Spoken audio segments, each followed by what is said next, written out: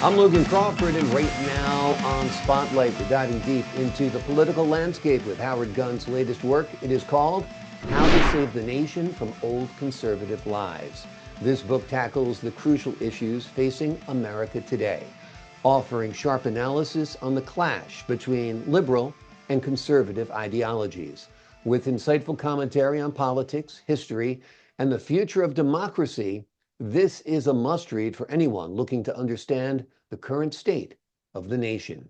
We're delighted to have this very talented author join us here today on Spotlight. We thank the team at Atticus Publishing for helping us put him in the spotlight today, and we ask viewers like you to support authors like him by subscribing to our channel and by purchasing his amazing book. The links are below this interview. Howard, great to have you on the show this morning. Thanks for joining me. Thank you. Thank you. Good to be here. Certainly This is a appreciate it. topical book. It's a timely book. We have an election coming up in about a month. It's hard to believe. It's right around the corner. And we have two dramatically different choices. We have President Trump, who has been president before, and you have Vice President Harris, who is part of the current administration. Um, what's your read on the current political climate and the race that's shaping up for November? Well, again, we have a very tough environment, and I'm not exactly sure the Joe and Kamala problem during the transition to the next candidate.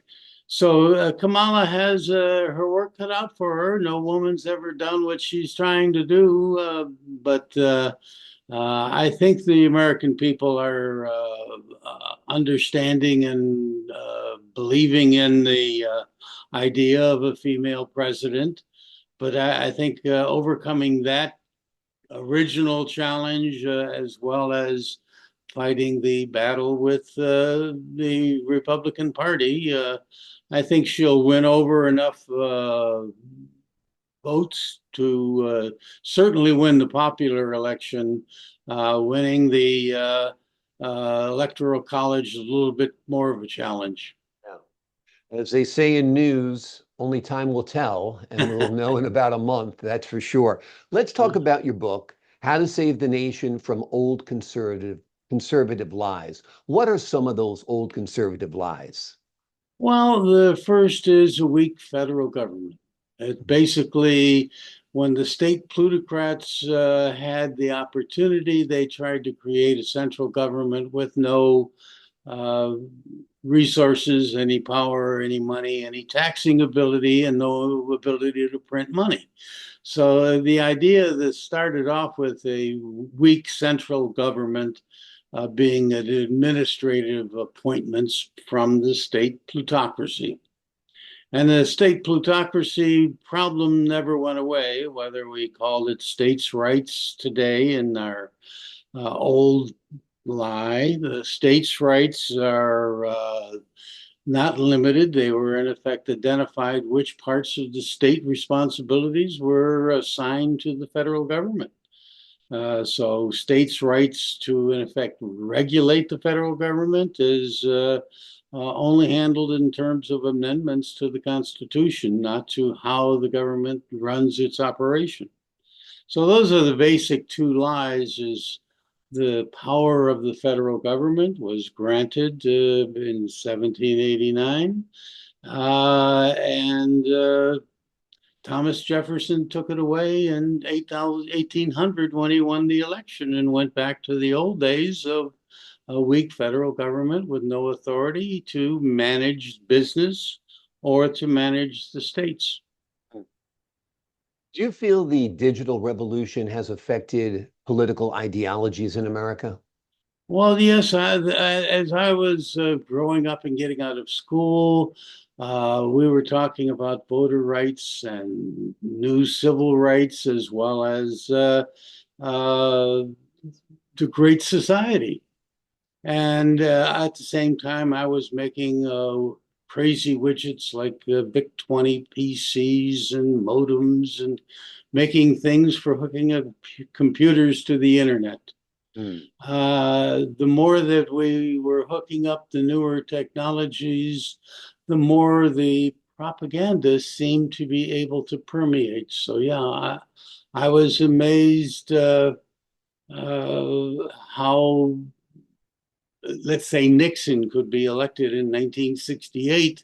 I just shook my head and said, there just has to be something we're missing. And the more computers that we seemed to add, the worse it seemed to get. And that's when it's maybe started to dawn on me that it was the sophistication that we were building into propaganda and brainwashing abilities and affecting people's opinions with well, now just today we call it artificial intelligence, sending virtual reality, and we're really sending alternate realities in a lot of our messaging systems in politics. In the book, you talk about the plutocracy model. Tell us a little bit about that and its impact on society. Well, plutocracy model was when it was the king set up the model.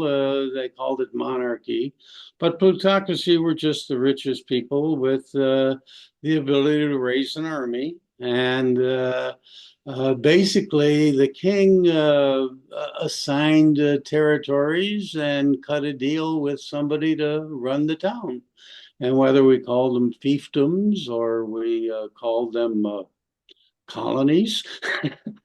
The idea of the local plutocracy setting up New York City and stealing it from Amsterdam is hard to comprehend without a military might. And when we took over from New York City from Amsterdam, it was on a trade deal with the king giving Amsterdam a little hunk of the country called Africa. Yeah. So that's the plutocracy, which is the rich dealing with the rich on the uh, powers of the ability to raise an army and fight battles to suppress any objections to their ideas. Yeah. Let's talk a little bit about some of the policies that will perhaps define this upcoming election. One of them is healthcare. President Trump in the past has promised to dismantle what is known as Obamacare. Now he says he has concepts of a plan that are even better. You have Vice President Harris, who at one point was for Medicare for all, but now says she's not. Um, what do you think's going on with healthcare and the two politicians who are squaring off in this race? Well, the two politicians just tell you that, again, there's a plutocracy war going on. We have 35 million people who think their life is better because of Obamacare. Mhm. That is just a very straightforward statistics. We have a Congress that voted 60 times to repeal it, Mhm. which is take away whatever Obamacare gave people. And you scratch your head in saying, how could Congress actually vote 60 times to take it away while the president was still talking about, I can do it better, cheaper, and give better services at lower cost? Now he's back to a concept of fighting the battle. And and like I say, Obamacare is just the tip of the iceberg with healthcare in general. But yeah, when we have that much conflict over the idea of uh, the Constitution promote the general welfare concept, basically says Obamacare did promote the general welfare of at least 35 million people. Now, that's only 10% of the population who could not get insured because they had pre-existing conditions. I mean, that's just so. So there is no ifs, ands, or buts. Those people are better off than they were before because they couldn't even buy insurance in many of the cases. Yeah. Think no matter It's what your frustrating. political leanings are, you have to admit Obamacare was a good thing because it took private companies, put them in competition, put them into an accessible marketplace, Yeah, and provided price support for people who can afford insurance to get insurance. I yeah. think it'll be his greatest legacy, no doubt. Yes. And I think it's part and parcel of what will always remain in the United States unless healthcare dramatically changes to a government-run system or something like that. Yeah. Before we leave you today, I want to ask you a little bit about your background in technology and how that influenced your beliefs and your writing of this book. Well, again, I was lucky enough to get a job in one of those future-looking companies uh, and that was competing with Google and so on. So everything was, how do we do this better for the people? And that was the motivation for the technology industry that I existed in. And making a modem go faster was not technical guys in the corner trying to figure out how to make a buck selling modems. We had to make them go faster because they weren't going fast enough for our computers to work. And then somebody could make a faster computer, and basically a VIC-20 became a Commodore, and various other things that started out to be just personal toys, like Atari, suddenly were how I replaced my typewriter. And everything that we worked on, whether it was fiber optics, radios, or satellites, we were working on how to fix uh, the satellites. You can't launch planes to go or rockets to go to the moon without having some kind of a radio that can go and work off of the moon. And the ideas of digital versus analog. We didn't create digital. We, in effect, had a digital computer, and all of the other stuff was analog. So we had to fix even your doorbell so that your doorbell is now doing what you want your doorbell to do, tell you who's there, not just somebody's there. So, those kinds of advances are the kinds of companies I had the opportunity to work with, who are always thinking about how can we do something that will improve the lives of people. And then, like I say, we saw the downside of it was it, in effect, did give people a form of mind control. We didn't expect that as the output, but started to see that subtlety that, yeah, I could actually teach you how to make a video conference call like we're making. And if I could teach you to do that, I could teach you that when I ring a bell, that use saliva. And I think that's what Pavlov did. Like one of Pavlov's dogs. Yeah. It's amazing. The digital era has been the best of times and the worst of times, no doubt. It Yeah, has, created opportunities like this for you and I to speak. Obviously, you have people addicted to this thing, and that's not good. You have a lot of misinformation, disinformation, wrong information, and lies spread yeah, online, and that's not good. yeah, Journalism has been reduced by it because they're trying to compete for the greatest number of clicks with click and bait headlines.